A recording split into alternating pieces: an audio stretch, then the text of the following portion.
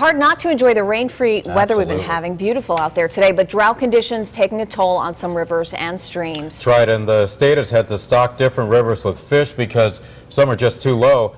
There's also concern about water supplies. News 8's Tina Detel on the scene in East Lyme, where conservation is key.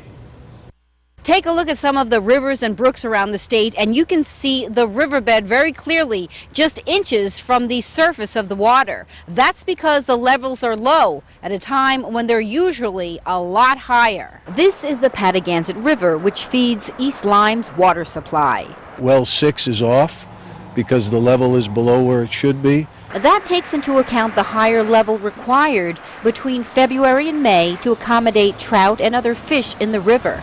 East Lyme, as you can see from the sign outside Town Hall, is very familiar with having to conserve water, but usually not until the summer months. What we're talking about is the potential of earlier than normal conservation activities because of the lack of snow, because of the lack of snow melt.